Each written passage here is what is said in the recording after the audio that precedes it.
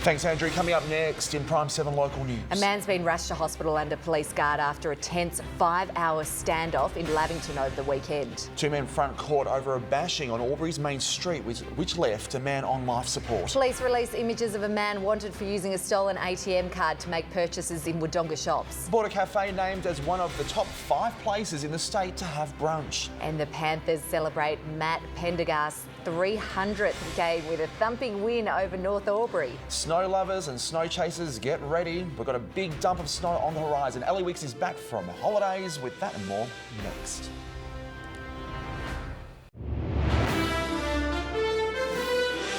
This is Prime7 local news with Madelaine, Collignon and Karl Lijnders, and Elly Wicks with your local weather forecast. Tonight, a man with a machete holds police at bay for 5 hours in Lavington. Two men front court accused of bashing a man in Albury's main street, leaving him on life support. A Wodonga Cafe voted one of the best 5 places in Victoria for brunch. Now, Prime7 local news. Good evening. A man has held police at bay for 5 hours in a tense standoff in Lavington. Police sealed off a residential court and set up an exclusion zone and attempted to negotiate with the man. In the end, they stormed a shed and took him into custody. He fronted court this morning. Minutes before this drug-affected man was arrested by police, it's alleged he'd been holding officers at bay, brandishing a machete. Tactical officers ending a tense 5-hour standoff in Lavington. Mitchell Sariovsky, Prime7 News. 2 men accused of bashing a 19-year-old on Albury's main street last month, leaving him on life support, have faced court. The pair's matters were heard briefly in Albury Court this morning, and Josh Ribberich was there and has been following the story. And Josh, what's the latest? Maddie, the 2 men made no appearance this morning, choosing instead to be represented by a lawyer. 21-year-old Jesse David Donnelly faces 1 charge of common assault, while his co-accused, 22-year-old Bailey Robert Burke, faces a more serious charge of assault occasioning actual bodily harm. It's alleged 19-year-old Will Young was walking along Dean Street early last month when he was punched to the ground, then kicked by the 2 men, suffering bleeding to his brain and other serious injuries. Burke and Donnelly's matters were adjourned to next month while the prosecution waits for further medical reports. Meanwhile, Will is currently undergoing rehab. His recovery is slow and his life has effectively been placed on hold. Maddie? Thanks, Josh. Josh Ribberich there. Police have seized 4 guns and 60 grams of the drug ice after intercepting a vehicle in David Street, Albury today. Officers released images of the prohibited items this afternoon. A 26-year-old man has been charged with possessing illegal firearms and supplying drugs. Patrolling up and down your streets and to find the drugs and the firearms, I think the community could rest assured that we are doing everything possible to get drugs and firearms off our street. The 26-year-old man will face Albury local court tomorrow. Police are on the hunt for a man who they believe stole a credit card from an ATM in Wodonga. Detectives say he used the card to purchase bourbon and cigarettes. The offender is described as medium build, aged in his 30s and sporting a handlebar moustache. Anyone who recognises him or has information about the incident should contact Crime Stoppers.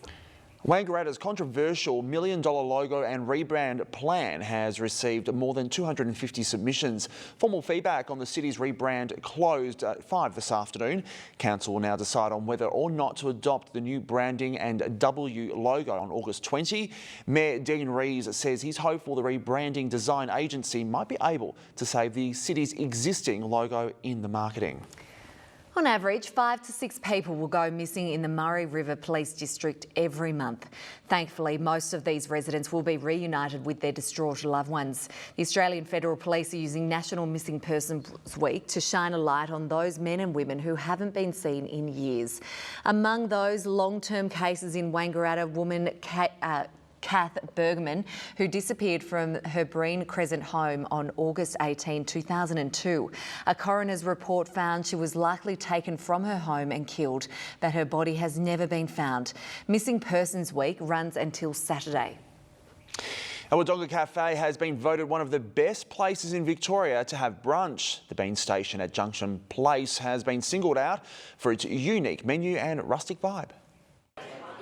High praise from Bean Station Cafe's regulars. I've worked in restaurants, cafes for 15 years, and this just always stands out as probably the best we have in the region. Well, Elly Wicks is back from holidays, so it's time now for a check of the weather. Yes, and it wasn't feeling as tropical as the last 2 weeks for you this morning. Cold across the region. Definitely not. I had quite a shock this morning. Good evening, everyone. Well, it was a cool morning today with areas of fog and frost across parts of the region, but a high pressure system situated over New South Wales did bring mostly settled conditions across the southeast. It was fairly cloudy for us though, but the satellite was quite clear today. We have a look at our temperatures. We didn't really climb a whole lot. It was pretty chilly throughout the day, only making it to a top of 13 degrees in Beechworth. Overnight lows weren't extremely cold, down to 6 in Bright, but we only made it to 11 degrees there throughout the day. And in Albury, it was a top of 12 degrees. We are on the rise though, and then we're expecting a big change in weather. Plenty of snow heading our way and rain as well by the looks of it. Yeah, it's going to get chilly by the sound of things. Yeah. All right, thanks, Elly. See you shortly. And still to come in Prime7 News, a local firefighter injured in a frightening motorbike accident. And a woman tells of a desperate bid to revive an unconscious toddler.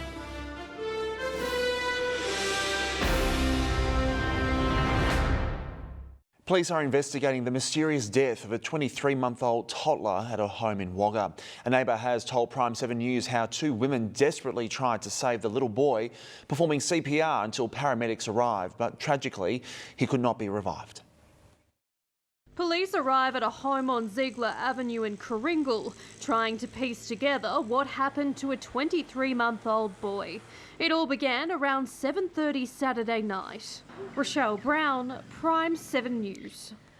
A GoFundMe page has been set up for a local firefighter after a devastating motorbike accident. Derek Lewington was competing at a club challenge in June when he crashed, leaving him with severe neck and spinal cord injuries.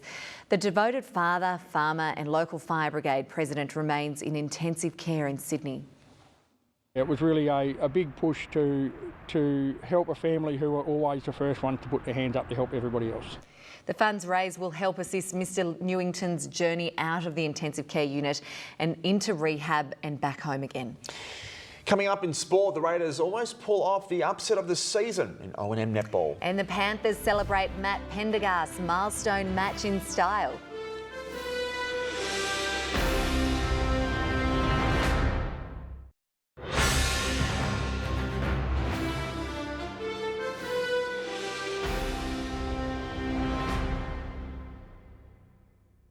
Lavington has increased its lead at the top of the O&M ladder after the first part of a split round of local footy. The Panthers were unable to be controlled against North Albury, while a Star Magpie now faces a race to be fit for the finals. The Panthers were looking at their clash with North Albury as an opportunity to extend their percentage gap at the top of the table. 13 scoring shots in the first quarter, setting the tone early. Meanwhile, Wangaratta defeated Myrtleford by 19 points in the only other match of the first week of the split round. But big news again surrounds Michael Newton, with a Pie forward released late on Saturday night from hospital with rib and sternum damage suffered in the win against the Saints, and will now be in a race against time to be fit for finals. Stephen Murphy, Prime7 News. Kiwa have kept alive their slim Tallangatta League double chance hopes with a win over Mitta. After stunning Thurgoona last weekend, Tallangatta were upstaged by Rutherglen to the tune of 23 points. Henty are back in the top 6 after defeating the Dogs, while Osborne go equal top after an impressive 43-point win over the Saints. In the Ovens and King, Benalla held off a spirited Moyu by 20 points and Millawa won their top 3 clash with the Bulldogs. Meanwhile, Ash Murray kicked 17 goals for Bullio and Ben Hall 16 goals for Coogee in massive wins. Upper Murray wins that should be. The Wodonga Raiders have fallen just short of pulling off a major upset against ladder leaders Corowa Rutherglen in O&M netball. The Raiders showed why they won't be easy beats come September. Leading the Roos at quarter time in a game dictated by defensive pressure, the Roos responded, running out 34-38 winners. The Roos Grace Senior with a game high of 29 goals. You're up.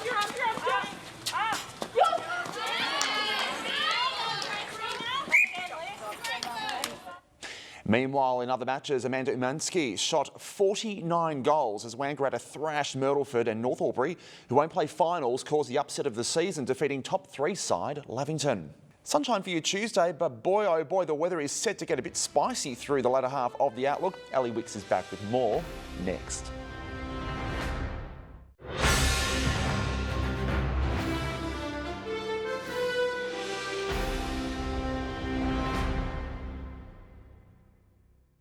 Welcome back. Let's take a look at our weather for the rest of the working week. And a high pressure system right here will help build temperatures tomorrow. Will be fairly settled, but then a cold front looks to cross the south. That'll be around Tuesday night. That may bring the start of showers across Victoria. But on Wednesday, another cold front will begin to move through the southeast.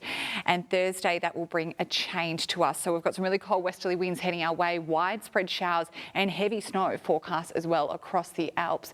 We could get some really significant rain as we're expecting showers from around midweek. Heavier falls are expected both Thursday and Friday this week. It may continue into the weekend as well, so certainly some really positive signs from what we can see on our map here. The heavier falls are looking to fall further south, so we're certainly in luck, and with some really chilly conditions forecast towards the end of the working week, we may even have some really significant snow as well. Before that change hits though, we should have a fairly mild day tomorrow. Temperatures on the rise for some of us, up to around 14 degrees, some a little bit warmer. Still a really cold start to the day, down to 0 overnight in Beechworth before a top of 14 degrees. And then on Wednesday, we're expecting to see the start of showers across the region, really light rain, 15 the top in Albury. We might only see up to 2 millimetres or so there, but winds will really start to pick up, and that change will really hit on Thursday when we've got some very cold temperatures heading our way, down to 11 in Albury. Overnight lows not too bad, but we are really expecting quite heavy rain on Thursday. That looks to continue on Friday as well, dropping to 10 degrees, so getting even colder. More rain expected on Saturday, and that'll continue into Sunday as well. So plenty of wet weather, and great news for the snow bunnies, because it's looking like some really decent snow around by the sound of things. Yeah, Thanks, not Elly. tomorrow though. Still all right tomorrow. Yes. Thanks, Elly. Enjoy it while tomorrow. it lasts. And let's take a look at petrol prices this Monday evening. Albury has unleaded for $1.28 a litre at the APCO on Mate Street. The Wodonga APCO has unleaded for $1.30. It's $1.39 at Corowa and $1.43 in Collignon. And that's your local news for tonight. Thanks for your company. Daniel Gibson is not back next. 7 News from Melbourne is what you're going to get next. See you tomorrow. Bye for now.